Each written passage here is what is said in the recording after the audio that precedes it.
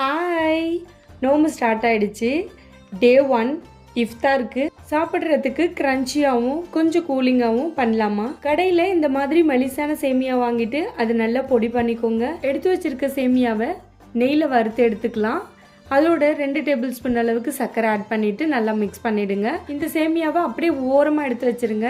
இப்போ custard mix ready பண்ணிடலாம். Already காய்ச்சி எடுத்து வச்சிருக்க பாலில் 2 டேபிள் ஸ்பூன் அளவுக்கு கஸ்டர்ட் பவுடர் ஆட் பண்ணிக்கோங்க. இப்போது பாலில் இந்த கஸ்டர்ட் ஆட் பண்ணிவிட்டு நல்லா மிக்ஸ் பண்ணிவிடுங்க. அடுப்பு மீடியம் ஃப்ளேம்லேயே இருக்கட்டும். தேவைக்கேற்ற சர்க்கரை ஆட் பண்ணிக்கோங்க. வாசனைக்காக நான் ஒரு ஏலக்காய் ஆட் பண்ணியிருக்கேன். ஆப்ஷனல் தான், வேணும்னு ஆட் பண்ணிக்கலாம். கொஞ்சம் கட்டியானதோ ஸ்டவ் ஆஃப் பண்ணிவிடுங்க. இப்போ லேயர் செட் பண்ணிடலாம். ஃபஸ்ட்டு லேயர் சேமியா, அதுக்கு மேலே இந்த கஸ்டர்ட் ஆட் பண்ணிவிடுங்க. இப்போது தேர்ட் லேயராக நம்ம சேமியா தான் ஆட் பண்ணுறோம். சேமியா மேலே கலர்ஃபுல்லாக இருக்கிறதுக்காக ஸ்ட்ராபெரி ஆட் பண்ணியிருக்கேன்.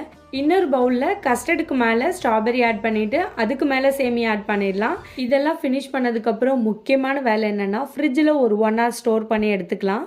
இஃப்தார் டைமில் சாப்பிட்றதுக்கு கூலிங்காகவும் க்ரன்ச்சியாகவும் இருக்கும். கிட்ஸ்க்கு முக்கியமாக ரொம்ப பிடிக்கும். என்னோட இஃப்தார் பிளேட் ரெடி ஆயிடுச்சு. பாய்.